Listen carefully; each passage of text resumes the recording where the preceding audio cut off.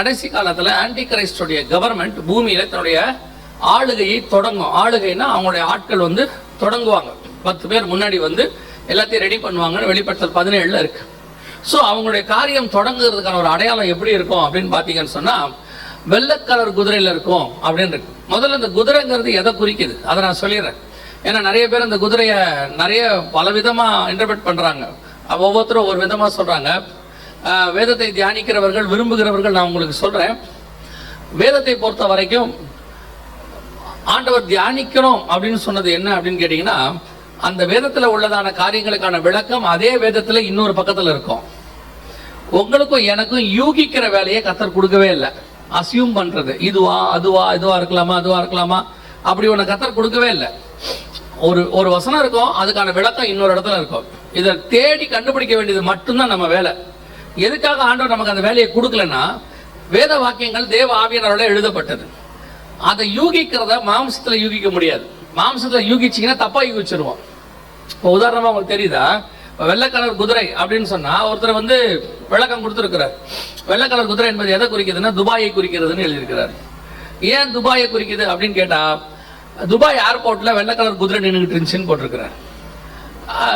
அப்ப நம்ம ஊர் சினிமாலேயே வெள்ளை கலர் குதிரை எவ்வளவு வந்துருச்சு ஒரு காலத்துல. அப்போ வெள்ளை கலர் குதிரை இருக்கிறது எல்லாமே முதலாவது முத்திரை ஆகாது. எதுக்கு உங்களுக்கு சொல்றேன் அப்படின்னா, இது வந்து மாம்சத்துல யூகிக்கிறது, இப்படியா இருக்கும் அப்படியா இருக்கணும். ஸோ விளக்கம் வந்து நமக்கு பைபிள்லே இருக்கு. வாசிங்க, சகரியா தீர்க்கதரிசன புஸ்தகம் 6ஆம் அதிகாரம். சகரியா தீர்க்கதரிசன புஸ்தகம் 6ஆம் அதிகாரம் 4வது வசனத்தை வாசிங்க. நான் என்னோடு பேசின தூதனை நோக்கி, ஆண்டவனே, இவைகள் என்ன என்று கேட்டேன்.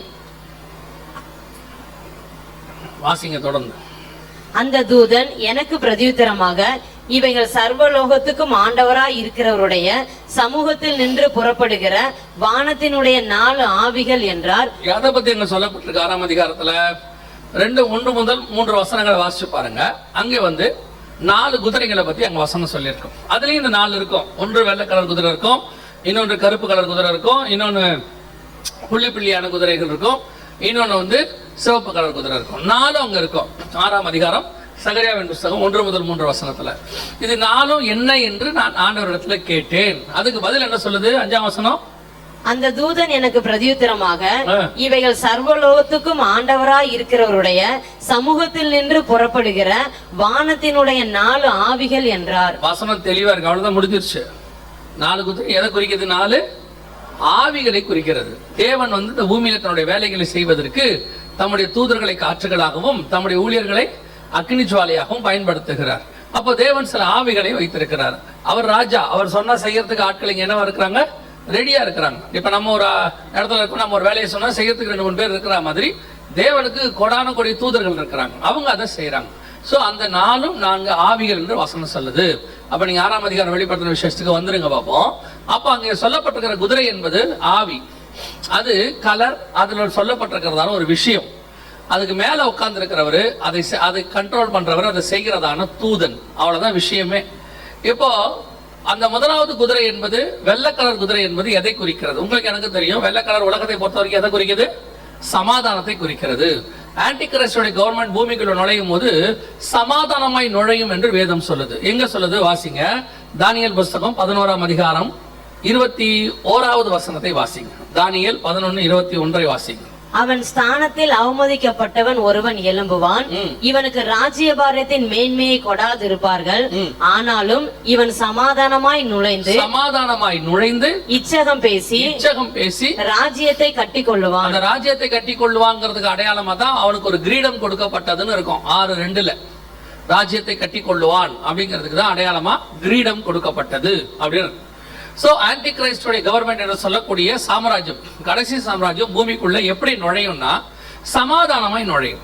சமாதானமாய் நுழையிறது மாத்திரமல்ல, அது வந்து உலகத்தின் ராஜ்யத்தை கட்டி கொள்ளும், தன் கண்ட்ரோல்ல எடுத்துக்கொள்ளும் அப்படின்னு இருக்கு. இது தானியேல் புஸ்தகத்தில் சொல்லப்பட்டிருக்கு. அதனுடைய வெளிப்பாடு தான் வெளிப்படுத்தின விசேஷம் 6ஆம் அதிகாரம் 2ஆம் வசனத்துல சொல்லப்பட்டிருக்கிறது. இந்த சமாதானத்துக்கான இந்த அமைப்பு பூமிக்குள்ள ஆன்டி கிரைஸ்டுடைய கவர்மெண்ட் நுழையும் அப்படின்னு சொன்னது எப்போ நிறைவேறுச்சு அப்படின்னு பாத்தீங்கன்னு சொன்னா, இது 2012 யூரோப்பியன் யூனியனுக்கு கொடுக்கப்பட்டது. இதுல என்ன ஒரு விசேஷம்? சரி, சமாதானத்துக்கு நோபல் பிரைஸ் கொடுத்துட்டாங்கன்னா அந்த நாடு தானா அப்படின்னு கேட்டீங்கன்னா, ஒரு நாட்டுக்கு சமாதானத்துக்கான நோபல் பரிசு தரமாட்டாங்க, ஒரு மனுஷனுக்கு தான் தருவாங்க. இது வரைக்கும் மனுஷனுக்கு தான் தந்திருக்கிறாங்க. மனுஷன் அல்லாததுக்கு இன்னொன்னுக்கு கொடுத்தாங்கன்னா யூனிசெஃப் அப்படின்னு சொல்லி ஒரு நிறுவனத்துக்கு கொடுத்தாங்க, ஐநாவுடைய நிறுவனம். அதை தாண்டி இது வரைக்கும் எந்த நாட்டுக்கும் சமாதானத்துக்கான நோபல் பரிசுங்கிறது ஒரு நாட்டுக்கு தரப்படவில்லை. இப்போ இவங்களுக்கு தான் அது கொடுக்கப்பட்டது. எதுக்காக அப்படின்னு கேட்டீங்கன்னு சொன்னா, முதல் உலக யுத்தம், இரண்டாம் உலக யுத்தம் ஐரோப்பாவுக்குள்ள வந்த போது அதை வராமல் தடுக்கிறதுக்கு, மூன்றாம் உலக யுத்தம் வராமல் தடுக்கிறதுக்கு ஐரோப்பியன் கூட்டமைப்பு தான் காரணம் அப்படின்னு சொல்லி அவங்களுக்கு சமாதானத்துக்கான நோபல் பரிசு கொடுத்திருக்கிறாங்க. ஸோ 2012 இந்த முதலாவது முத்திரைக்கான காரியங்கள் நடைபெற்று முடிச்சிருச்சு. நாங்கள் அப்பத்துல இருந்தே இதை சொல்லிக்கொண்டே வரோம் சபைகள்ல. அந்தி கிறிஸ்துவின் ஆட்சிக்கான ஆட்கள் தங்களுடைய காரியங்களை தொடங்கி விட்டார்கள், அதுக்கான அடையாளம் தெரியுது. 10 நாடுகள் கூட்டமைப்பு வந்துருச்சு. இப்போ இன்னைக்கு நடக்கிற ஒவ்வொரு சம்பவங்களும் அவங்கள ஆயத்தப்படுத்துறதுக்கு தான் நடக்குது. சமாதானமா நடந்து ராஜ்யத்தை கட்டி கொள்வான்னு இப்ப யூரோப்பியன் யூனியன் கவர்மெண்ட் தான் உலக கவர்மெண்டா மாறப்போகுது. உலக கவர்மெண்ட் அது மாறணும், அதுக்கு முந்தின கவர்மெண்ட் அமெரிக்கா வீழ்ச்சி அடையணும். அந்த வீழ்ச்சியை இப்ப அமெரிக்கா அடைய தொடங்கிருச்சு. நீங்க பார்த்திருப்பீங்க, எல்லா இடத்துலயும் அமெரிக்காவுடைய காரியங்கள் எல்லாமே வீழ்ச்சி அடைய தொடங்கிருச்சு. அமெரிக்காவுடைய வீழ்ச்சி அந்தி கிறிஸ்துவின் ஆட்சியினுடைய எழுச்சி. இத நீங்க புரிஞ்சுக்கணும். அதாவது நேபுகாத்நேச்சார் வருவார்னு எரேமியா சொல்றாருன்னா, வரமாட்டாரு, நடக்காது அப்படின்னு ஒரு கூட்டம் சொல்லும். ஆனால் அந்த தீர்க்க தரிசனம் நடக்கும். அதே மாதிரி தான் பைபிள்ல சொன்ன விஷயங்கள், பின்னாடி நடக்க வேண்டிய விஷயங்களை ஆண்டவர் எழுதி கொடுத்திருக்கிறார். அந்த விளக்கத்தை நீங்கள் எடுக்கும் போது அந்த விளக்கத்தை நீங்களே புரிஞ்சு கொள்ளலாம் அழகா. அதுக்கு தான் ஆண்டவர் சபைக்கு சொல்றாரு, ஆவியானவர் சபைகளுக்கு சொல்லுகிறதை காதுள்ளவன் கேட்க கடவன். அடுத்த கவர்மெண்ட்டுக்கான ஆயத்தம் நடைபெற்றாச்சு கிட்டத்தட்ட 11 வருஷமா. இன்னும் சொல்ல போனா அவர்கள் தங்களுடைய ஆரம்ப நிலையிலிருந்து இன்னைக்கு உலகத்தின் வல்லரசா மாறக்கூடிய இடத்துக்கு வந்துட்டாங்க. உலகம் அவங்க கண்ட்ரோலுக்கு போக போது. முந்தின சாம்ராஜ்யம் விழ தொடங்கி விட்டது. இனி காலம் கண்டிப்பாக செல்லாது. Last government எழும்புது. சோ முதலாவது முத்திரை 2012 உடைக்கப்பட்டது. இது இப்ப நம்ம செய்தி இது அல்ல, ஆனா இது ஒரு எக்ஸ்பிளனேஷன். இது புரிஞ்சாதான் உங்களுக்கு அடுத்து வர முடியும். அடுத்த 2வது முத்திரை எப்போ உடைக்கப்பட்டது அப்படின்னு கேட்டீங்கன்னா, சமீபத்தில் ஒரு 3 வருஷத்துக்கு முன்னாடி மிக முக்கியமாக நாம் ஒரு காரியத்தை கடந்து போனோம். உங்க எல்லாருக்கும் ஞாபகம் இருக்கும்னு நினைக்கிறேன். எதை கடந்து போனோம்? கொரோனாவை கடந்து போனோம். ஒரு மிகப்பெரியதான கொள்ளை நோய். இந்த கொள்ளை நோய் வர்றதுக்கு முன்னாடி 2018 நல்லா கவனிங்க, 2018 யூஎன் மன்னிக்கணும், WHO வேர்ல்ட் ஹெல்த் ஆர்கனைசேஷன் ஒரு வீடியோ வெளியிட்டார்கள். அந்த வீடியோல ஒரு மிகப்பெரியதான கொள்ளை நோய் வரப்போறதாக 2018 அனௌன்ஸ் பண்ணாங்க. பாருங்க, இதான் வீடியோ. மிகப்பெரிய அளவில் உயிரிழப்பை ஏற்படுத்தக்கூடிய நோய் ஒன்று பரவ உள்ளதாக உலக சுகாதார நிறுவனம் எச்சரிக்கை விடுத்துள்ளது. ஜெனீவாவை தலைமை இடமாக கொண்டு இயங்கும் உலக சுகாதார நிறுவனமானது மூத்த ஆராய்ச்சியாளர்களுடன் அவசர ஆலோசனை நடத்தியது. அதில் ஒட்டுமொத்த உலக மக்களின் சுகாதாரத்துக்கு அவசர நிலை ஏற்படும் அளவு புதிய நோய் பரவ இருப்பதாகவும், இதுவரை கண்டிராத அளவுக்கு உயிர் சேதங்களை அந்த நோய் ஏற்படுத்தும் என்றும் எச்சரிக்கை விடுக்கப்பட்டது. இது தொடர்பான ஆராய்ச்சியில் ஈடுபடுமாறு ஆராய்ச்சியாளர்களுக்கு வலியுறுத்தப்பட்டது. இந்த நோய்க்கு டிசீஸ் எக்ஸ் என்று பெயரிடப்பட்டுள்ளது. இந்த வீடியோ 2018 வந்தது. 18 அவர்கள் ஒரு நோய் வரப்போகுது அப்படின்னு சொல்லி டிசீஸ் எக்ஸ் அப்படின்னு பேர் வச்சு அதை உலகளாம எல்லா நாடுகளுக்கும் அனுப்பினாங்க. எல்லா நாட்டு டிவிலையும் அது வந்துச்சு. இந்த வீடியோவை தான் எடுத்துட்டு 2வது முத்திரைக்கான அடையாளம் என்ன அப்படின்னு கேட்டீங்கன்னா, குறிப்பா ஒரு கொள்ளை நோய். மத்திய 24ஆம் அதிகாரத்துல இயேசு கிறிஸ்து சொல்ற அடையாளங்கள்ல ஒண்ணு கொள்ளை நோய். அந்த கொள்ளை நோய் வரப்போகுது அப்படின்னு சொல்லி 2018 இருந்து 2020 மார்ச் வரைக்கும் சொல்லப்பட்டது. எல்லா பக்கத்தையும் லாக்டவுன் வரைக்கும் இது சொல்லப்பட்டிருக்கிறது. ஆனால் சபை அதை சீரியஸாவே எடுத்துக்கல. ஒரு கொள்ளை நோய் வரப்போகுதுன்னு சொன்னது சபை சீரியஸாவே எடுத்துக்கல. என்ன காரணம் அப்படின்னு கேட்டீங்கன்னா, அப்போ அவங்க சொன்ன விஷயம் என்னன்னா, இதெல்லாம் சும்மா பயமுறுத்துற காரியம், இப்படி பயமுறுத்தி எதுக்கு ஒரு ஊழியம் பண்ணணும் அப்படின்னு சொல்லி ஒரு கிரிட்டிசைசேஷன். அதாவது ரொம்ப ஒரு விதமான அவர்கள் ஊழியத்தை குறித்து தான் பேசிக் கொண்டிருந்தார்கள். ஆனால் நடந்தது என்ன அப்படின்னு கேட்டீங்கன்னா, 2020 மார்ச்ல அந்த சம்பவம் நடந்துச்சு. இப்ப இதுல ஒரு பெரிய விஷயம் என்னன்னா, இந்த வீடியோவை நம்ம வெளியிடல, WHO தான் வெளியிட்டாங்க. ஆனா 2000 வருஷத்துக்கு முன்னாடி நம்ம ஆண்டவர் சொல்லி இருக்கிறாரு, கடைசி காலத்துல என்ன வரும், ஒரு கொள்ளை நோய் வரும் அப்படின்னு சொல்லி இருக்கிறார். சோ அந்த கொள்ளை நோய் வரப்போது இவங்களும் சொல்றாங்க, நம்ம கேர்ஃபுல்லா இருக்கணும் தான் நாங்க சொன்னோம். அதுக்கே பயங்கர எதிர்ப்பு. அதெல்லாம் வராது, சும்மா இவங்க இப்படி பயமுறுத்தி ஊழியம் பண்றாங்க அப்படின்னு 2020 வந்தது. 2வது முத்திரைக்கான அடையாளங்கள் அப்பதான் வெளிப்பட்டுச்சு. அப்பதான் தெளிவா தெரிய தொடங்கியது. இப்ப 2வது முத்திரையை வாசிக்க பார்ப்போம். 6ஆம் அதிகாரம் 4ஆம் வசனத்தை வாசிக்க பார்ப்போம். அப்பொழுது சிவப்பான வேறொரு குதிரை புறப்பட்டது. அதின் மேல் ஏறி இருந்தவனுக்கு பூமியில் உள்ளவர்கள் ஒருவரை ஒருவர் கொலை செய்யத்தக்கதாக சமாதானத்தை பூமியிலிருந்து எடுத்து போடும்படியான அதிகாரம் கொடுக்கப்பட்டது. ஒரு பெரிய பட்டயமும் அவனுக்கு கொடுக்கப்பட்டது. இந்த வசனத்துக்கான விளக்கம் கொரோனா வந்த பிறகு 100% அப்படியே வெளியரங்கமாச்சு. அப்படியே துல்லியமா வெளியேறமாச்சு. முன்னாடி வெறும் கொள்ளை நோய் தான் நாங்க சொல்லிட்டு இருந்தோம். அது கொரோனா நமக்கு தெரியாது. அவங்க டிசீஸ் எக்ஸ்னு சொன்னாங்க, இப்படி ஒன்று வரப்போகுது அப்படின்னு.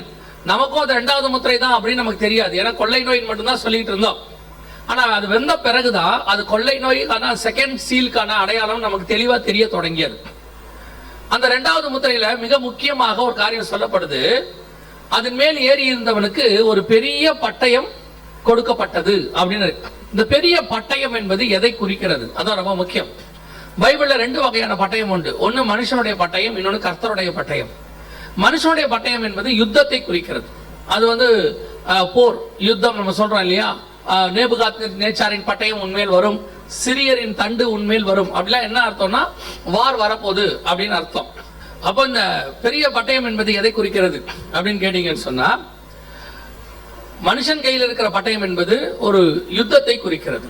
அதே நேரத்தில் தூதன் கையில் கர்த்தருடைய பட்டயம், தூதன் கையில பட்டயம் இருக்குதுன்னா அது எதை குறிக்கிறது அப்படின்னு பார்த்தா வாசிங்க. 1 நாளாகமத்தின் புஸ்தகம் 21ஆம் அதிகாரம், 1 நாளாகமத்தின் புஸ்தகம் 21ஆம் அதிகாரம் 12வது வசனத்தை வாசிங்க பார்ப்போம். 1 Chronicles 21:12. 3 வருஷத்து பஞ்சமோ அல்லது உன் பகைஞரின் பட்டயம் உன்னை பின்தொடர நீ உன் சத்துருக்களுக்கு முன்பாக முறிந்தோடி போக செய்யும் 3 மாத சங்காரமோ அல்லது 3 நாள் கர்த்தருடைய தூதன் இஸ்ரவேலுடைய எல்லையெங்கும் சங்காரம் உண்டாகும்படி தேசத்தில் நிற்கும் கர்த்தருடைய பட்டயமாகிய கொள்ளை நோயோ, தேசத்தில் நிற்கும் கர்த்தருடைய பட்டயமாகிய கொள்ளை நோயோ. அப்ப கர்த்தருடைய பட்டயம் என்பது எதை குறிக்கிறது? கொள்ளை நோயை குறிக்கிறது. அதே 1 நாளாகமம் 21ல 3-4 இடத்துல அந்த பட்டயமாகிய கொள்ளை நோய்னு இருக்கும். அந்த கொள்ளை நோய்க்கு பட்டயம்ன்ற வார்த்தையை ஆண்டவர் யூஸ் பண்ணுவார். அப்ப இந்த பெரிய பட்டயம் கொடுக்கப்பட்டது. முதல் பெரிய பட்டயம் என்றால் கொள்ளை நோய், 6ஆம் அதிகாரம் 4ஆம் வசனத்துல சொல்லப்பட்டிருக்கு. 2வது அது எப்படி மரணத்தை கொண்டு வரும் அப்படிங்கறதான விஷயத்தையும் அந்த வசனம் சொல்லுது. பூமியில் உள்ளவர்கள் ஒருவரை ஒருவர் கொலை செய்யத்தக்கதாக, பூமியில் உள்ளவர்கள் ஒருவரை ஒருவர் கொலை செய்யத்தக்கதாக. உங்களுக்கு தெரியும் நினைக்கிறேன், கொரோனால அவங்க நமக்கு சொல்லி இருக்கிற மிக முக்கியமான விஷயம் குவாரண்டைன். அதாவது தனித்திரு, விலகீரு, விழித்திரு, இந்த 3 தான் சொன்னாங்க. இந்த தனித்திருங்கிற வேர்டு ஏன் சொன்னாங்க, குவாரண்டைன் ஏன் வந்தது அப்படின்னு கேட்டீங்கன்னா, கொரோனாவுடைய பரவல் எப்படி இருந்துச்சுன்னா ஒருத்தர் மூலமா இன்னொருத்தருக்கு. கொரோனா இந்த வியாதி பரவனதே, கொள்ளை நோய் பரவனதே 1 to 1 தான். வேற விதமா அது என்ன செய்யல, பரவே இல்லை. எத்தனையோ வியாதிகள் வேற விதமா பரவும். ஆனா இது எப்படி பரவுச்சு? தண்ணியில பரவுற வியாதி எல்லாம் இருக்கு. இது தண்ணியில பரவல, எப்படியும் பரவல, மனுஷன் மூலமா மட்டும்தான் பரவுச்சு. அதனாலதான் ஒரு சர்டன் டிஸ்டன்ஸ் என்ன செய்ய சொன்னாங்க, மெயின்டைன் பண்ண சொன்னாங்க. ஒருத்தர் மூலமா இன்னொருத்தர். ஊகான் மாநிலத்துல சைனால ஆரம்பிச்சது 185 நாடுகளுக்கு மேல பரவிருச்சு. இன்னும் சொல்ல போனா 2 தீவுகளுக்கு மட்டும்தான் அது போகலையாமா. ஏன்னா அந்த 2 தீவுலையும் ஏர்போர்ட் இல்ல. மற்றபடி எல்லா நாட்டுக்கு தீவுகளுக்கும் அது போயிருச்சு. இது எப்படி போச்சு அப்படின்னு கேட்டா வேற வழியே இல்ல, மனுஷன் மூலமா மட்டும்தான் போச்சு. 1 to 1. முதல் அலை 1 to 1, 2வது அலை 1 to 4, 1 to 8 சொன்னாங்க. 3வது அலை 1 to 32. ஒரு ஆள்ல இருந்து 32 பேருக்கு பரவுச்சு மிக வேகமாக. அப்ப ஒருவரை ஒருவர் கொலை செய்யத்தக்கதாக. இந்த வார்த்தை அப்படியே 100% கொரோனாவுக்கு பொருந்துச்சு. கொரோனா வரதுக்கு முன்னாடி இது கொரோனா தான், 2வது முத்திரை தான் நமக்கு தெரியாது. கொள்ளை நோய் வரப்போது WHO சொல்லிச்சு, இயேசு சொல்லியிருக்கிறாரு கடைசி காலத்துல ஒரு கொள்ளை நோய் வரும்னு, அது உலகம் எங்கும் இருக்கும் அப்படின்னு. இப்போ கொரோனா மட்டும் பூமியில இருக்கிற அத்தனை நாடு, எத்தனையோ நோய் வந்திருக்குது நமக்கு. நம்ம நூற்றாண்டுல நமக்கு தெரிஞ்சு நான் உங்களுக்கு சொல்றேன், எல்லா வியாதியும் எல்லா கண்டத்துக்கும் போகல, எல்லா தீவுக்கும் போகல. அது குறிப்பிட்ட ஏரியால மட்டும் இருக்கும். ஆப்பிரிக்கால இருக்கும், ஏசியால இருக்கும், சிலது அமெரிக்கால இருக்கும். ஆனா குறிப்பிட்ட இந்த கொரோனா மட்டும் போகாத நாடுகளே கிடையாது. எல்லா பூமியில் உள்ளவர்கள் ஒருவரை ஒருவர் கொலை செய்யத்தக்கதாக. நாம 2வது முத்திரையின் காலத்தை துல்லியமா கடந்து போனோம். இந்த கொள்ளை நோய் வரப்போது, இப்படி நடக்க போகுது அப்படிங்கறத WHO 2 வருஷத்துக்கு முன்னாடியே சொல்லிருச்சு. 2020 தான் நமக்கு கொரோனா, அதாவது லாக்டவுன். 2018லயே WHO சொல்லிருச்சு ஒரு நோய் பரவ உள்ளதாக. நீங்க வீடியோ பாத்தீங்க. 2000 வருஷத்துக்கு முன்னாடி ஆண்டவர் சொல்லி வச்சிருக்கிறார் கடைசி காலத்துல இப்படி நடக்கும்னு சொல்லி. ஆனா நாம இத படிக்கவோ கால்குலேட் பண்ணவோ தயாரா இல்ல. நம்ம ஆண்டவர் தான் தெளிவா சொல்லிட்டாரு, நான் என்னுடைய மகத்துவங்களை எழுதி கொடுத்தேன், அவர்களோ அதை அந்நிய காரியமாய் எண்ணினார்கள். நமக்கு என்ன தெரியுமா இதுக்கு பெரிய டிராபேக்?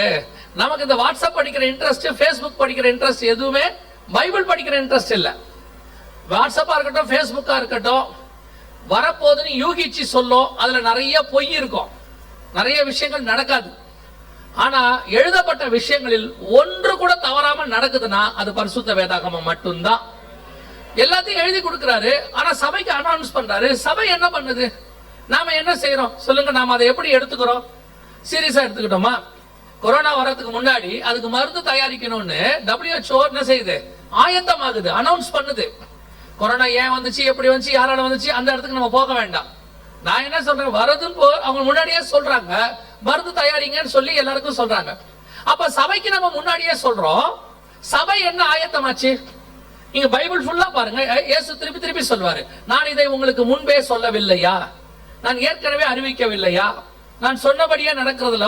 அப்ப ஆண்டவர் எல்லாத்தையும் சொல்லி இருக்கிறார், எழுதி இருக்கிறபடியே.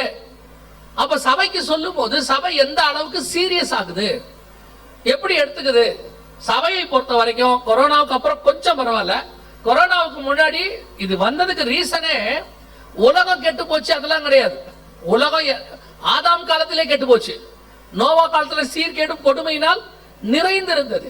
உலகம் என்னைக்குமே நல்லா இல்ல. எப்ப கர்த்தர் இறங்கி ஆக்ஷன் எடுக்கிறார் தெரியுமா? தம்முடைய ஜனங்கள் தப்பு செய்யும் போது, தன்னை விட்டு விலகும் போது அவர்களை திருப்புவதற்கு கர்த்தர் சில காரியங்களை செய்கிறார். நிறைய பேர் சொல்றாங்க உலகமே கெட்டு போச்சுங்க, அப்புறம் சபை எப்படி? சபை கெட்டாதான் உலகம் கெடும். உங்களுக்கு தெரிஞ்சுக்கோங்க நல்லா, சபை ஒழுங்கா இல்லைன்னா தான் அதை சுத்தி இருக்கிற எல்லாமே மோசமாகும்.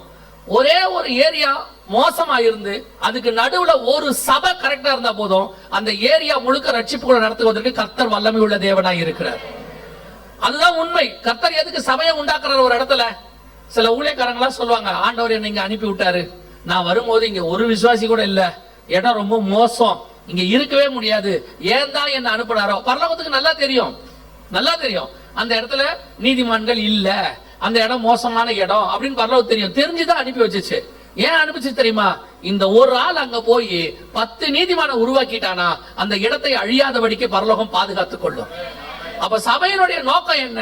சபை சரியா இருந்தால் எல்லாம் சரியா இருக்கும். அப்ப சபைக்கு ஆண்டவர் சொல்லும் போது சபை அதை சீரியஸா எடுக்கணும்ல. சபை எப்படி எடுத்துக்குது? மத்தேயு 24 இயேசு சொல்றார் 37-38ல, கடைசி காலத்துல சபை எப்படி இருக்குமா?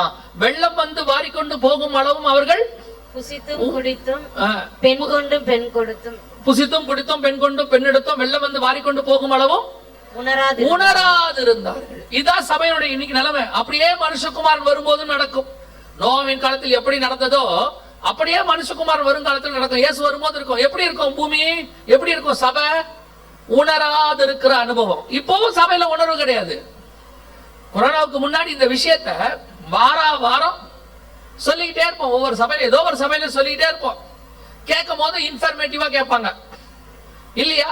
கேட்கும் போது பயமா இருந்துச்சும்பாங்க. ஒருத்தர் கூட ஆயத்தப்படணுங்கிற எண்ணமே இல்லை. அப்ப சபை என்ன ஆயிடுச்சு? மருந்து இல்லாம உலக சுகாதார மையம் தவிக்குதுன்னு வச்சுக்கோங்களேன். இன்னைய வரைக்கும் கொரோனாக்கு மருந்து கிடையாது, வேக்சின் தான் இருக்கு, தடுப்பூசி தான் இருக்கு, இன்னும் மெடிசன் கிடையாது. ஆனா மருந்து வச்சுக்கிட்டு இருக்கிற ஒரே இடம் எதுனா திருச்சபை மட்டும்தான். சர்ச்சுக்குள்ள மட்டும்தான் கொரோனாவுக்கு மருந்து இருந்துச்சு. என்னங்க சொல்றீங்க? கொரோனாவுக்கு என்ன மருந்து இருந்துச்சு? கொரோனாவுக்கு மட்டும் இல்ல, இந்த 2000 வருஷமா சர்ச்சு என்ன போதிச்சிருக்கு தெரியுமா? அவருடைய காயங்களால் நாம் குணமானோம் தான் பிரசங்கம் பண்ணியிருக்கிறோம். நாம தான் சுகமளிக்கிற ஆராதனை நடத்தியிருக்கிறோம். நான் தான் சுகமளிக்கிற பெருவிழா நடத்தியிருக்கிறோம். நம்ம சாட்சி சொல்லியிருக்கிறோம். எய்ட்ஸ் குணமாச்சு, கேன்சர் குணமாச்சு, கட்டி மறைஞ்சிச்சு, தலைவலி மறைஞ்சிச்சு, இவ்வளவு சொன்னமே கொரோனா என்னாச்சு? அப்ப கொரோனாவை சுகமாக்காதா இயேசுவின் காயம்? இயேசுவின் நாமத்துக்கு சுகமாக்கல வல்லமை இல்லையா? இருந்துச்சு. ஆனா எது இல்ல தெரியுமா சபைக்குள்ள? மனுஷகுமாரன் வரும்போது விசுவாசத்தை காண்பாரோ. இந்த கொரோனாவுக்கு சுகமாகணும்னா இயேசு கிறிஸ்துவின் நாமத்தினாலதான் சுகமாகணும். அந்த இயேசு கிறிஸ்துவின் நாமத்தினால சுகமாக்கணும்னா நமக்கு என்ன வேணும்? விசுவாசம் வேணும். கடைசி காலத்துல சபையை விட்டு போன மிக முக்கியமான ஒண்ணு விசுவாசம். சபையில என்ன இல்ல? விசுவாசமே இல்ல. விசுவாசம் இல்லைங்கிறதுக்கு அடையாளம் தான் சபை கொரோனாவை பார்த்து பயந்தது. விசுவாசத்துல நம்ம பலப்பட்டவர்களா இருந்திருப்போமானால் கொரோனாவுல மிகப்பெரிய ஆத்தும அறுவடையை சபை செய்திருக்கோம். ஏன் தெரியுமா? ஆந்திரால ஒருத்தர் சொன்னார், கண்ணுல மருந்து ஊத்துறேனாரு கொரோனாவுக்கு. கண்ணுல மருந்து ஊத்துனா கொரோனா சுகமாகுமா அப்படின்னு கேட்டீங்கன்னா மெடிக்கலி கிடையாது. ஏன்னா அது ரெஸ்பிரேட்டரி, அதெல்லாம் சொல்லுவாங்க, சுவாச பிரச்சனை உள்ளதுன்னு வச்சுக்கோங்களேன். அப்படி இருக்கும்போது கண்ணுல ஊத்துனா சரியாகுமான்னு கேட்டா டாக்டர்ஸ் ஒத்துக்க மாட்டாங்க. ஆனா அவர் சொன்னாரு, குறைஞ்சபட்சம் 5 லட்சம் பேர் அவரை தேடி போயிருக்கிறாங்க. லாக்டவுன்ல போயிருக்கிறாங்க. எப்படியோ அந்த வழியா இந்த வழியா ஓடிட்டாங்க, மருந்து கிடைச்சா போதும்னு. யோசிச்சு பாருங்க, அவர் சொன்ன மருந்து சரியோ தப்போ தெரியாது, ஆனா ஜனங்க தேடி போனாங்க. ஆனால் உண்மையான மருந்து சபை வச்சுக்கிட்டு இருந்துச்சு. ஒவ்வொரு விசுவாசி வீட்டுக்குள்ளேயும் இருந்துச்சு, ஒவ்வொரு ஊழியக்காரன் வீட்டுக்குள்ளேயும் இருந்துச்சு. நீங்க நினைச்சுக்காதீங்க இந்த ஊழியக்காரன் தான் செய்யணும்னு அர்த்தம் இல்ல. விசுவாசிக்கிறவர்களால் நடக்கிற அடையாளங்கள் ஆவன. அவர்கள் வியாதியஸ்தர்கள் மேல் கைகளை வைப்பார்கள், அவர்கள் சொஸ்தமாவார்கள். அப்படிதான் வசனம் சொல்லுச்சு. அப்ப கொரோனால நம்ம என்ன பண்ணோம்? எல்லாம் இயேசு நாமத்தை வச்சுக்கிட்டோம். ஆனா கொரோனாவை கண்டு பயம். விசுவாசத்தினால் உண்டாகிற தைரியம் போயிருச்சு. சபையில விசுவாசம் இல்ல, அதான் உண்மை. நீங்க ஏற்றுக்கொண்டாலும் சரி, ஏற்றுக்கொள்ளாவிட்டாலும் சரி. நாங்க இதெல்லாம் சொன்னோம்ட்டு ரொம்ப என்ன திட்டிட்டு இருந்தாங்க. அவங்க பாண்டத்திலும் திட்டிட்டு போட்டோம், நமக்கு என்ன, இதான் சத்தியம். விசுவாசம் இருந்திருந்தால் கொரோனாவை நாம் ஆதாயப்படுத்தி இருக்க முடியும். ஒவ்வொரு விசுவாசி வீட்டிலேயும் அற்புதம் நடந்தா யோசிச்சு பாருங்க. அந்த தெருவில் இருக்கிற அத்தனை பேர் உங்க வீட்டுக்கு வருஷம் கட்டி வந்திருப்பான். நீங்க ஜோம் பண்ணி சுகமாச்சாமே, என் பையனுக்கு கொரோனா இருக்கு ஜோம் பண்ணுங்க. அத்தனை பேருக்கு நீங்கள் சொல்லாமலே சுவிசேஷம் பரவி இருக்கும். இயேசு அங்கே அற்புத அடையாளங்கள் செய்கிறார். வசனம் சொல்லுது, அவருடைய கீர்த்தி அந்த தேசம் முழுவதும் பரம்பிற்று. ஒரு அற்புதம் செய்யுங்க, ஒரு முடவனை எழுப்புறாங்க, நடக்க முடியாதவரை எழுப்புறாங்க அப்போஸ்தலர்கள். எருசலேம் முழுக்க கலகம் உண்டாயிற்று. ஒரு பார்வையற்றவரை கர்த்தர் சுகமாக்குற ஆலயத்துக்குள்ள தேவாலயம் முழுவதும் கலகம் உண்டாயிற்று.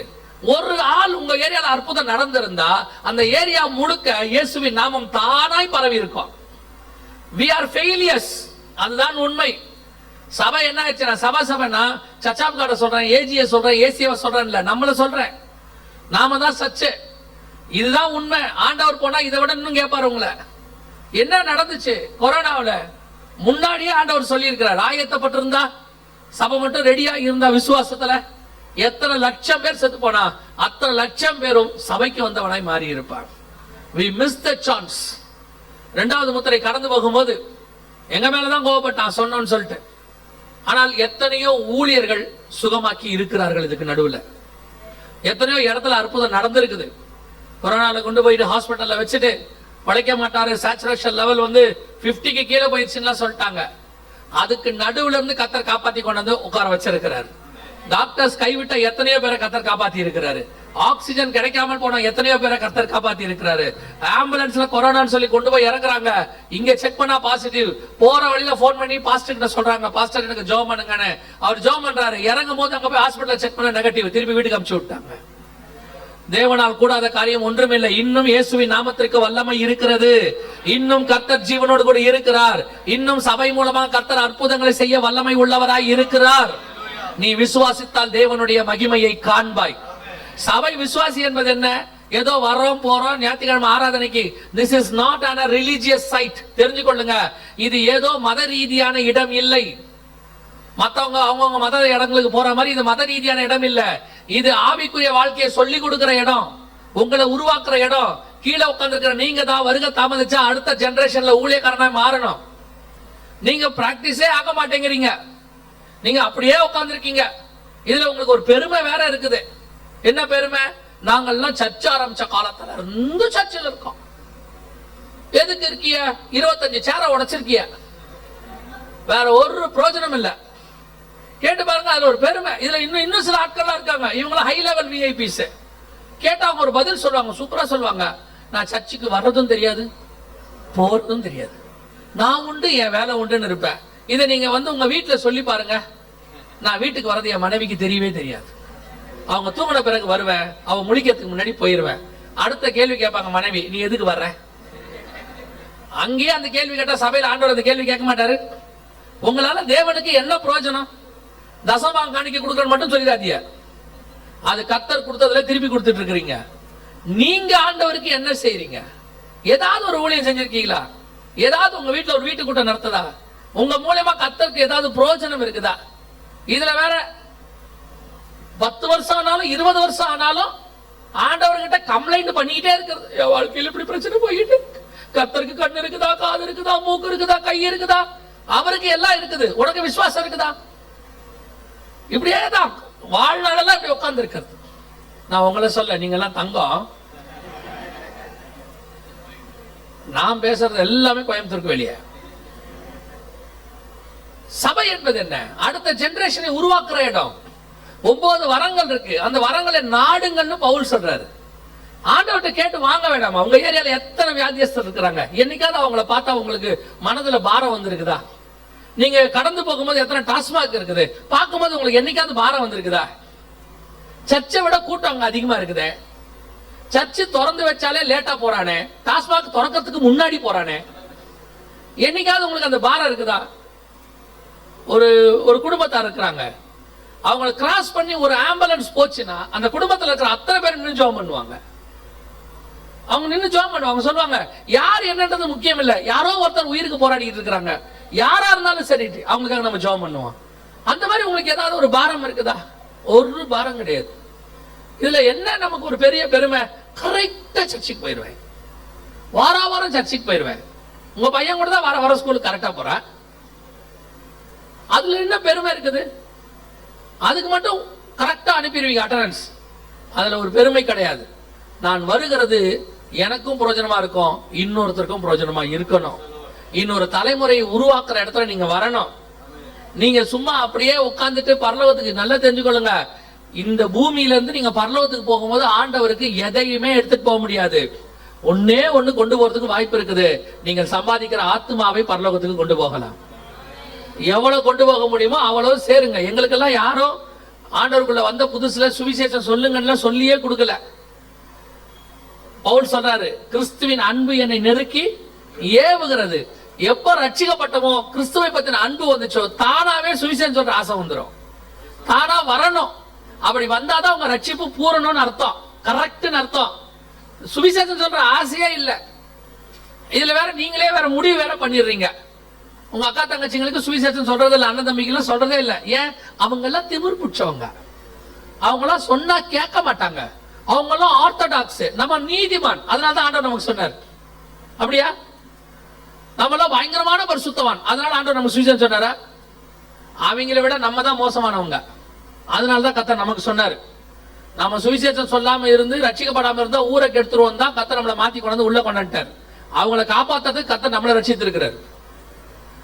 நம்மளெல்லாம் வெளியே விட்டோம்னா நாட்டையே கெடுத்துருவான். அவங்களை காப்பாத்துறதுக்கு என்ன ஒரே வழி? இவனை ரட்சிக்குள் நடத்தி இவனை காப்பாத்திருங்க ஆண்டவரே. இவன் உள்ள போயிட்டானா அவன்லாம் கொஞ்ச நாள் சேஃபா இருப்பான். யாரையுமே சொல்லாதீங்க ரட்சிக்கப்பட மாட்டான், உருப்பட மாட்டான், கேட்க மாட்டான், அவங்கள திமிர் பிடிச்சவங்க. நீங்க அப்படிலாம் உங்களுக்கு தோணும் போது நேரம் கண்ணாடியை போய் பாருங்க. கண்ணாடியை பார்த்து சொல்லுங்க, உன்னையே ரட்சித்திருக்கிறாரு, எவனையும் ரட்சிப்பார். எந்த சவுலையும் பவுலாய் மாத்த கர்த்தரால் முடியும். அல்லேலூயா. நல்ல வாய்ப்பை கொரோனால நாம இழந்துட்டோம். We missed the chance. இப்போ 2வது முத்திரை கடந்து போச்சு. கரெக்டா 3.5 வருஷம். என்ன ஒரு ஆச்சரியம் பாருங்களேன். பைபிள்ல அப்படி சொல்லல 3.5 வருஷம்னு, ஆனா பைபிள்ல நிறைய 3.5 வருஷம் இருக்குது. கரெக்டா கொரோனா 3.5 வருஷம். 2019 நவம்பர் லாஸ்ட் டிசம்பர்ல வந்துச்சு. 2023 மே மாசம் கொரோனாவுடைய எமர்ஜென்சி முடிஞ்சிருச்சுன்னு யுஎன்ஓ அனௌன்ஸ் பண்ணிருச்சு. Corona emergency over. இப்போ கொரோனா வந்து நார்மல் வியாதி மாதிரி ஒரு வியாதியா இருக்குது. இனிமேட்டு கொரோனாவோட ரெஸ்ட்ரிக்ஷன்ஸ் கிடையாதுன்னு யுஎன் சொல்லிருச்சு. எப்பன்னு பாத்தீங்கன்னா 2019 லாஸ்ட்ல இருந்து 2023 மே மாசம் வரைக்கும் கரெக்டா 3.5 வருஷம். இந்த 3.5 வருஷத்தை பத்தி நிறைய பைபிள்ல இருக்குது. ஆனா நம்ம இந்த கொரோனாவை பத்தி சொல்லல. எத்தனையோ 3.5 வருஷம் பைபிள்ல இருக்கு. தேவன்ட்ட 3.5 வருஷம் கணக்கு. நீங்க வாசிச்ச வசனத்துல கூட என்ன இருக்குது? 1 நாளாகமம் 21:12 என்ன சொல்லுது? 3 வருஷத்து பஞ்சமோ. எப்படி? 3 வருஷத்து பஞ்சமோ. 3 வருஷத்து பஞ்சமோ அல்லது உன் பகைஞரின் பட்டயம் உன்னை பின்தொடர நீ உன் சத்துருக்களுக்கு முன்பாக முறிந்தோடி போக செய்யும் 3 மாத சங்காரமோ. இதெல்லாம் நல்ல கரெக்டா வரிசையா வருது பாருங்க. இதே மாதிரி 3.5 வருஷம் சபை வனாந்தரத்திற்கு ஓடி போகும். வெளிப்படுத்தல் 12 இருக்கு. 3.5 வருஷம் எலியா காலத்துல மழை பெய்யாது. இந்த ஒரு 3.5 வருஷம் கணக்கு இருக்குது. இன்னைக்கு கொரோனாவும் கரெக்டா 3.5 வருஷம் நம்ம கண்ணுக்கு முன்னாடி கடந்து போயிருக்குது. 2வது முத்திரையை நம்ம கிராஸ் பண்ணி வந்திருக்கிறோம். ஆனால் இதுவரைக்கும் நமக்கு 2வது முத்திரை கிராஸ் பண்ணோம்னு தெரியாது, அவ்வளவுதான். அதனாலதான் ஆண்டவர் சொல்றாரு, அறிவின்மையால் என் ஜனங்கள் சங்காரமாகிறார்கள். ஏன்? எல்லாம் எழுதி கொடுத்தாச்சு, மகத்துவங்களை எழுதி கொடுத்தாச்சு, அவர்களும் அதை அந்நிய காரியமாய் எண்ணினார்கள். உங்களுக்கு சொல்றேன், என்ன நடக்கும் ஏது நடக்கும் உங்களுக்கு தெரிஞ்சுக்கணுமா? வேதத்தை நல்லா தியானிங்க. வேதத்தை நல்லா ஏங்க 2000 வருஷத்துக்கு முன்னாடி எழுதின வேதத்துல இன்னைக்கு உள்ளது இருக்குமா? 2000 வருஷத்துக்கு முன்னாடி எழுதின பரிசுத்த ஆவியார் இன்னைக்கு உன் கூட உட்கார்ந்து இருக்கிறார். அன்னைக்கு எழுதலுடைய விளக்கத்தை இன்னைக்கு சொல்லுவதற்கு அவர் வல்லமை உள்ளவராக இருக்கிறார். அவ்வளவுதான். 2000 வருஷத்துக்கு முன்னாடி ஏசாயா சொன்னாரு, இயேசு கிறிஸ்து வருவாரு, ஒரு கன்னிகையின் வயிற்றில பிறப்பாருன்னு ஏசாயா சொன்னாரு. கிட்டத்தட்ட 1000 வருஷம் கழிச்சு இயேசு பிறக்கிறாரு. இயேசு பிறக்கும் போது கன்னியின் வயிற்றில் அவர் பிறந்த உடனே அவர் பிறந்துட்டாருன்னு சொல்றதுக்கு ஒரு ஆளை வச்சு ஆண்டவர் சொன்னாரு. இதோ ஆவினால மக்கினால் ஞானஸ்நானம் கொடுக்கிற வருகிறாரு, யோவான் ஸ்நானகர் சொல்றாரு. 2000 வருஷத்துக்கு முன்னாடி சொன்னதை அதே ஆவியானவர் அதற்கு பின்னாடி ஒரு ஆளை வச்சு இது நடக்குதுன்னு சொல்றாரு. எழுதுன ஆண்டவர் ஒருத்தனை வச்சு எழுதுறாரு, அது நடக்கும் போது ஒருத்தனை வச்சு சொல்றாரு. அப்ப தேவன் ஜீவனோடு கூட இருக்கிறார். இப்ப நீங்க படிச்சீங்கனாலும் இன்னைக்கு நடக்கிற விஷயங்கள் அன்னைக்கு எழுதுறதை இன்னைக்கு சொல்லுவதற்கு கர்த்தர் வல்லமை உள்ளவராய் இருக்கிறார். அல்லேலூயா. அதுக்கு டைம் கொடுங்க. வாட்ஸ்அப்ல உட்காந்தா 1/2 மணி நேரம், Facebookல உட்காந்தா 1/2 மணி நேரம், யூடியூப்ல போனா 1/2 மணி நேரம், சாலிடா டைம் போகுது. அப்படி காலைல வாட்ஸ்அப்ப தொடங்கியாச்சுன்னா மினிமம் 10 நிமிஷம் 15 நிமிஷம். நமக்கு வாக்குத்தத்தம் அனுப்புறதுக்கு 5 பேர் இருக்காங்க காலையில, வரிசையா வாக்குத்தத்தம். அதை பாதி பேர் இப்ப படிக்கிறதும் இல்லை, அப்படியே டெலிட். அதுக்கு அடுத்து யார் யாரெல்லாம் அனுப்பி இருக்கிறாங்க, அதுக்கப்புறம் டெலிட். காலையில வாட்ஸ்அப்ப கிளீன் பண்றதுக்கே 10 நிமிஷம் ஆகுது நமக்கு. அதுக்கு பதிலா அதை வேணாம் சொல்லல, அதை விட அதிகமா இந்த பைபிளை உட்கார்ந்து பார்க்கணும். இது உள்ள ஆண்டவன் அநேக மகத்துவங்களை எழுதி வச்சிருக்கிறார். இது ஏதோ சரங்காச்சாரமான புஸ்தகம் இல்லை. 2000 வருஷமாய் நம்மை காப்பாற்றி கொண்டிருக்கிற புஸ்தகம். நமக்கு தேவை இன்னும் வருகிற 1000 வருஷத்துக்கு தேவையானது இதுல இருக்குது. இதை விட்டுட்டு எங்கெங்கயோ தேடுறீங்க, எங்கெங்கயோ போய் பாக்குறீங்க, முடிவு ஒண்ணும் கிடைக்காம வெறுமையா நிக்கிறீங்க. இப்ப நம்ம 3வது முத்திரையின் காலத்துக்குள்ள வரோம். இப்ப தொடங்குற இடத்துக்கு வந்துருச்சு. யூஎன் ஒரு அனௌன்ஸ்மெண்ட் கொடுத்திருக்கிறாங்க. 3வது முத்திரை எதை பத்தி சொல்லுது? வாசிங்க. 6ஆம் அதிகாரம் 5வது வசனத்தை வாசிங்க. அவர் 3ஆம் முத்திரையை உடைத்த போது 3ஆம் ஜீவனானது, நீ வந்து பார் என்று சொல்ல கேட்டேன். நான் பார்த்தபோது இதோ ஒரு கருப்பு குதிரையை கண்டேன். அதன் மேல் ஏறி இருந்தவன் ஒரு தராசை தன் கையிலே பிடித்திருந்தான். போதும். இது எதை பத்தி சொல்லப்பட்டிருக்கிறது அப்படின்னு கேட்டீங்கன்னு சொன்னா, அடுத்து வரக்கூடிய தராசு. தராசுனா உங்களுக்கு தெரியும், எக்கானமி, அதாவது வியாபாரம், ஸ்கேல் அப்படின்னு நம்ம சொல்லுவாங்க இங்கிலீஷ்ல. இந்த தராசை பிடித்திருந்தான் எதை பத்தி சொல்லப்பட்டிருக்கு அப்படின்னு கேட்டீங்கன்னா, அடுத்து வரக்கூடிய பஞ்சம். இயேசு மத்திய 24ல கொள்ளை நோய்களுக்கு முன்னாடி என்னத்தை சொல்றாருன்னா பஞ்சங்கள் அப்படின்னு சொல்றாரு. அந்த பஞ்சங்கள் வரப்போகிறதான மிகப்பெரிய பஞ்சத்தை குறித்ததான ஒரு அடையாளம் தான் அந்த தராசு. எப்படிங்க சொல்றீங்க அப்படின்னா, அடுத்த வசனத்துல என்ன சொல்லுது? ஒரு பணத்திற்கு 1 படி கோதுமை என்றும் 1 பணத்திற்கு 3 படி வார்கோதுமை என்றும் அப்படின்னு இருக்கு. சோ அடுத்து எக்கனாமிக்கல் கிரைசிஸ் அல்லது வியாபார வீழ்ச்சி, ஏன்னா கையில தராசு. அதை விட்டு உணவு பற்றாக்குறை, ஏன்னா பொருள் கிடைக்கல, சாப்பாடு பொருள் கிடைக்கல, ரொம்ப விலை அதிகமா விற்க போகுது அப்படின்னு பைபிள் சொல்லுது. எத்தனை துல்லியம் பாருங்க. 2000 வருஷத்துக்கு முன்னாடி பைபிள்ல இருக்குது. கொள்ளை நோய்க்கு அடுத்து சொல்றார் ஆண்டவர், இதுக்கு அடுத்து அது வரப்போகுது, அடுத்த குதிரை வரும் அப்படின்னு. 2021ல கொரோனாவை குறித்து இப்ப உங்களுக்கு சொன்ன காரியங்கள் எல்லாம் டெய்லி போட்டுக்கிட்டே இருக்கும் போது, நாங்க 2020 லாக்டவுன் ஆரம்பிச்சது போட்டுக்கிட்டே இருக்கும் போது 2021 உச்ச நிலை, செகண்ட் வேவோ தேர்ட் வேவோ போயிட்டு இருக்குது. அந்த காலகட்டத்தில் ஆண்டவர் தெளிவா ஒரு காரியத்தை சொன்னார். 3வது முத்திரையை குறித்து பேசுன்னு உணர்த்தினார் ஆண்டவர். 2வது முத்திரை இருக்கட்டும், நீ 3வது முத்திரை, அது உச்ச நிலையில இருக்குது, உச்ச நிலையில இருக்குது, கீழே இறங்கும், நீ 3வது முத்திரையை பத்தி பேசுனார். அது முதல் கொண்டு 3வது முத்திரை, ஏப்ரலுக்கு அப்புறம் 3வது முத்திரை குறித்து பேச ஆரம்பித்தோம். பஞ்சம் வரப்போது, மிகப்பெரிய அளவுல வியாபார வீழ்ச்சி, எக்கனாமிக்கல் கிரைசிஸ், மிகப்பெரிய பஞ்சம் ஒன்று வரப்போகிறது அப்படின்னு சொல்லி. சரியாக 2021 நவம்பர் அந்த காலகட்டங்கள்ல ஐநாவுல மிகப்பெரியதான ஒரு காரியம் சொன்னாங்க. உலகளாவிய பஞ்சம் ஆரம்பித்து விட்டது அப்படின்னு சொன்னாங்க. உலகளாவிய பஞ்சம் ஆரம்பிச்சதுக்கு ஒரு அடையாளமா அவங்க என்ன பண்ணாங்கன்னா, மடகஸ்கர் பகுதியில இப்படி ஒரு காரியம் நடைபெற போவதாக சொன்னாங்க. இது மடகஸ்கர் அப்படிங்கிற பகுதியில பஞ்சம் பெரும் அளவுல வந்ததுனால ஜனங்க சாப்பிட இல்லாத. இதுக்கு காரணம் 2 ரீசன். நல்லா கவனிங்க. இப்ப வரப்போற பஞ்சத்துக்கு வந்துருச்சு. நாங்க அப்ப வரப்போகுதுன்னு சொல்லிட்டு இருந்தோம், இப்ப ஸ்டார்ட் ஆயிருச்சு. இந்த பஞ்சத்துக்கு 2 ரீசன் தான். ஒன்று, கொரோனாவினாலே மருந்து வாங்கினதுல ஏற்பட்டதான நஷ்டம். ஒவ்வொரு நாடும் ஒரு ஆளுக்கு $70, நமக்குலாம் 2 டோஸ் போட்டாங்க இல்லையா, கவர்மெண்ட் ஃப்ரீயா கொடுத்ததுல. ஒரு ஊசி வந்து $35, 2 ஊசி போட்டாங்கன்னு சொன்னா $70. $70 நம்ம ஊருக்கு குறைஞ்சபட்சம் ஒரு 5000 ரூபான்னு வச்சுக்கோங்களேன். ஒரு ஆளுக்கு 5000 ரூபாய் செலவு பண்ணிருக்காங்க. கிட்டத்தட்ட 130 கோடி பேர்னு வச்சுக்கோங்களேன். அதுல ஒரு 30 கோடி பேருக்கு போனாலும் 1 கோடி பேருக்கு போட்டாலும் 2 டோஸ் எவ்வளவுன்னு பாத்துக்கோங்களேன். அதனால மிகப்பெரியதான அளவுல என்ன ஆயிருச்சு அப்படின்னு கேட்டீங்கன்னு சொன்னா, மிக மோசமாக பொருளாதாரம் எல்லா நாட்டிலையும் பாதிக்கப்பட்டுச்சு. இது முதல் ரீசன். 2வது ரீசன் பருவநிலை மாற்றம். இப்ப நீங்க பாக்குறீங்களே வெயில், இதெல்லாம் வந்து 2 வருஷத்துக்கு முன்னாடில இருந்தே சொல்லிட்டு இருக்கிறோம். இப்ப நீங்க பாக்குறதெல்லாம் ஸ்டார்டிங் பாயிண்ட் தான். அடுத்த வருஷம் 2027-30க்குள்ள 1.5 டிகிரி செல்சியஸ் இன்க்ரீஸ் ஆக போகுது. சூடு உச்ச நிலைக்கு போகும். தெருக்கல்ல ஒன்று தாரெல்லாம் உருகுற மாதிரி ஆயிடும். எல்லாம் வரப்போகுது. பைபிள்ல சொன்னதா 2 பேதுரு 3:10 ஆண்டவர் ஏற்கனவே சொல்லி வச்சது. வானம் வந்து அழிந்து பூதம் எரிந்து உருகி போகும்னு சொன்ன நியாய தீர்ப்புக்கான அடையாளங்கள்லாம் முன்னாடி நடக்க தொடங்கிருச்சு. இப்போ அதனுடைய விளைவாக, பருவநிலை மாற்றத்தின் விளைவாக மடகாஸ்கர் பகுதியில் ஜனங்க சாப்பிட வழி இல்லாம பூச்சிகளை சாப்பிட ஆரம்பிச்சாங்க. அடுத்து நீங்க பாத்தீங்கன்னு சொன்னா இது ஹைத்தி பகுதியில ஜனங்க முழுக்க மண்ணு சாப்பிட ஆரம்பிச்சாங்க. இதெல்லாம் 2021 நான் சொல்றது 2021 நடக்கிற காரியங்கள். இப்படி பஞ்சம் வந்து அந்த லெவல்ல போக தொடங்கிருச்சு. அப்ப ஐநா அனௌன்ஸ் பண்ணுச்சு, உலகளாவிய பஞ்சமானது தொடங்கி விட்டது அப்படின்னு சொன்னாங்க. அதையும் சபைக்கு சொல்ல தொடங்கிட்டோம். 3வது முத்திரைக்கானது ரெடி ஆகுது, சபை ரெடி ஆகணும், எந்த நேரத்தில் கர்த்தருடைய வருகை வரும்னு சொல்றோம். அப்போ இது மடகாஸ்கர், ஹைத்தி அப்படின்னு சொன்னா நமக்கு ரொம்ப பெருசா தெரியாது. அது ஏதோ ஒரு இதே பூமியில வேற எங்கேயோ இருக்கிறதுனால நாம அதை சீரியஸா எடுத்துக்கல. ஆனா நடந்தது என்ன அப்படின்னு கேட்டீங்கன்னா, மிக முக்கியமாக 2021 லாஸ்ட்ல ஸ்ரீலங்கா மிக மோசமான கண்டிஷனுக்கு போய் 2022 ஸ்டார்டிங்லயே ஸ்ரீலங்கா திவால் ஆயிடுச்சு. திவால் ஆன உடனே அப்பதான் நமக்கு தெரிய தொடங்குது, உலகத்துல ஏதோ ஒண்ணு நடக்குது அப்படின்னு. கொஞ்சம் சீரியஸாக தொடங்குறாங்க. கொஞ்சம் கொஞ்சமா ஒவ்வொரு நாடுகளாக திவாலாக தொடங்குது. இன்னைக்கும் பல நாடுகள் திவால் லிஸ்ட்ல இருக்கு. எந்த காலத்திலும் இல்லாத அளவுக்கு பஞ்சம் உச்ச நிலையை அடைய தொடங்கி இருக்குது.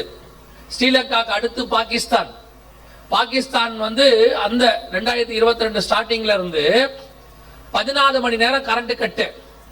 ஜனங்களுக்கு பால் கிடையாது, வெறும் கருப்பு காப்பி தான், கருப்பு டீ தான், டீ கிடையாது, வெறும் பால் மட்டும்தான். பயங்கர மோசமான கண்டிஷனுக்கு போச்சு. ராணுவ வீரர்களுக்கு சாப்பாடு கிடையாது, அந்த அளவுக்கு போச்சு. இப்போ பாகிஸ்தானுக்கு IMF கடன் கொடுக்க மாட்டேங்குது. அதாவது சர்வதேச நிதி நாணய கழகம்னு சொல்லுவாங்க, அவங்க தான் உலகத்துக்கு கடன் கொடுப்பாங்க, அவங்க கொடுக்க மாட்டேங்கிறாங்க. அந்த அளவுக்கு மோசம். 2023 ஸ்டார்டிங்ல தான் 6ஆம் அதிகாரம் 6ஆம் வசனம் துல்லியமாய் நிறைவேற தொடங்கியது.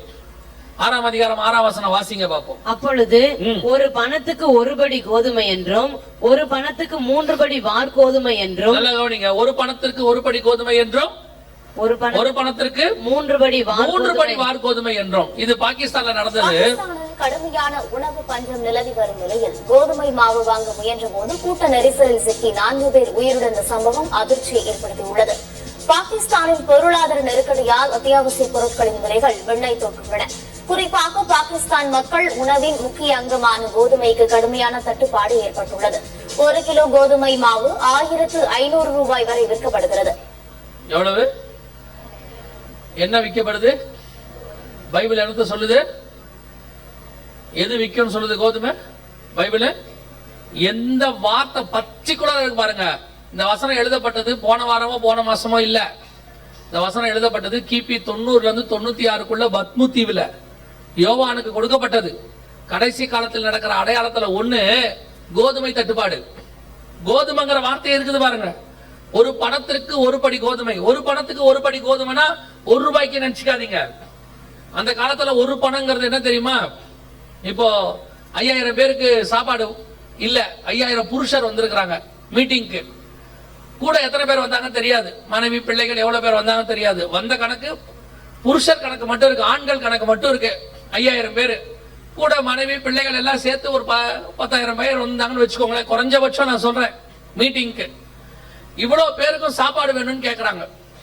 அப்ப ஆண்டவர் சொல்றார் நீங்களே கொடுங்க. அப்ப அவன் சொல்றான், சீசர்கள் சொல்றாங்க, இவ்வளவு பேருக்கு சாப்பாடு கொடுக்கணும்னா எவ்வளவு ஆகும்? 200 வெள்ளி பணம் ஆகும் அப்படிங்கிறான். அப்ப 200 வெள்ளி பணத்துக்கு ஒரு 10,000 5,000 பேருக்கு சாப்பாடு போடலாம்னா ஒரு பணத்துக்கு, வெள்ளி பணம் பணம், ஒரு பணத்துக்கு எத்தனை பேருக்கு போடலாம் நீங்களே கணக்கு போட்டுங்க. ஒரு 50ல இருந்து 100 பேருக்கு என்ன செய்யலாம், நம்ம சாப்பாடு போட முடியும் ஒரு பணத்தை வச்சுக்கிட்டு. அப்ப ஒரு பணத்தை வச்சுக்கிட்டு ஒரு 100 பேருக்கு சாப்பாடு போடலாம்னா அப்ப ஒரு பணம் என்பது 100 பேர் சாப்பாடுக்கு ஈக்குவல். இன்னைக்கு ஒரு ஆளுக்கு ஒரு 50 ரூபாய் சாப்பாடு வச்சாலும் 100 பேர்னா 5,000 ரூபாய் ஆச்சு. ஒரு பணத்துக்கு கோதுமை எவ்வளவுக்கு விக்குது? 1,500 ரூபாய்க்கு விக்குது. இன்னும் ஏறும். ஸ்ரீலங்கால 3,000 ரூபாய் ஆகுது கோதுமை மாவெல்லாம். உச்ச நிலைக்கு போயிட்டே இருக்குது. அப்படியே 6ஆம் அதிகாரம் 6ஆம் வசனத்தினுடைய இடத்துக்கு நாம வந்துட்டோம். பெரிய ஆச்சரியம் என்னன்னு கேட்டீங்கன்னா, இன்னைக்கு கோதுமையை பத்தி இருக்கிற இந்த சிச்சுவேஷனை அன்னைக்கு அந்த சிச்சுவேஷன் கிடையாது. அன்னைக்கே பைபிள் எழுதுது வெரி காஸ்ட்லியா இருக்கும் கோதுமைன்னு. அதை மட்டும் எழுதல, கூட இன்னொன்னையும் சேர்த்து எழுதுறார் ஆண்டவர். ஒரு பணத்துக்கு ஒரு படி கோதுமை என்றும் ஒரு பணத்துக்கு 3 படி வார் கோதுமை என்றும் எண்ணெயும் திராட்சரசத்தையும் சேதப்படுத்தாது. எண்ணெயும் திராட்சரசமும் சேதப்படாது. அப்படின்னா என்ன அர்த்தம்? இன்னைக்கு இருக்கிற உலகத்தினுடைய பொருளாதாரத்தை நிர்ணயிக்கக்கூடிய நம்பர் 1 பொருள் எது தெரியுமா? உலக பொருளாதாரத்தை நிர்ணயிக்கிற பொருள் கச்சா எண்ணெய். கச்சா எண்ணெய் தான் இன்னைக்கு வேர்ல்டுடைய மையம். க்ரூட் ஆயில் நம்ம சொல்றோம். ஆனா பெரிய ஆச்சரியம் தெரியுமா, கச்சா எண்ணெய்ங்கிறத நம்ம கண்டுபிடிச்சதே 1920களுக்கு மேலதான். சவுதி அரேபியா தான் இன்னைக்கு எண்ணெயில நம்பர் 1. சவுதி அரேபியால கச்சா எண்ணெய் எடுத்தது எப்பன்னு கேட்டீங்கன்னா 1933க்கு அப்புறம் தான். 1933ல எடுத்த எண்ணெய் இன்னைக்கு உலகத்தினுடைய மைய பொருளா இருக்கு. இன்னைக்கும் எண்ணெய் கிடைக்குது. இன்னைக்கும் எண்ணெய் கிடைக்குது. அந்த எண்ணெய் எடுக்கிறத குறைச்சிருக்காங்க. ஏன்னா அவ்வளவு எண்ணெய் இருக்குது. எண்ணெய் இருக்கிறத குறைச்சிருக்காங்க. ஆனா கோதுமை இல்ல. ஏன் இல்ல? ஒரு பக்கம் இந்த உணவு தட்டுப்பாடு, இன்னொரு பக்கம் இந்த 2021 லாஸ்ட்ல நீங்க பாக்குறீங்களா ரஷ்யா உக்ரைன் பிரச்சனை. 3வது முத்திரைக்கான காரணம் அது ஒண்ணு. இயேசு சொல்றாரு, யுத்தங்கள் செய்திகளையும் கேள்விப்படுவீர்கள். அடுத்து பாத்தீங்கன்னு சொன்னா பஞ்சங்கள் வருது.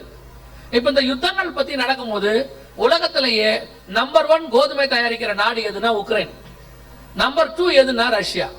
இவங்க 2 பேரும் சண்டை போடுறதுனால உக்ரைன்ல கோதுமை உற்பத்தி நின்றுச்சு. ஏன்னா ரஷ்யா போட்ட குண்டுல கோதுமை உற்பத்தி நின்றுச்சு. ரஷ்யா கோதுமை உற்பத்தி பண்ணாலும் யாருக்கும் தரமாட்டேன்னு சொல்லிருச்சு.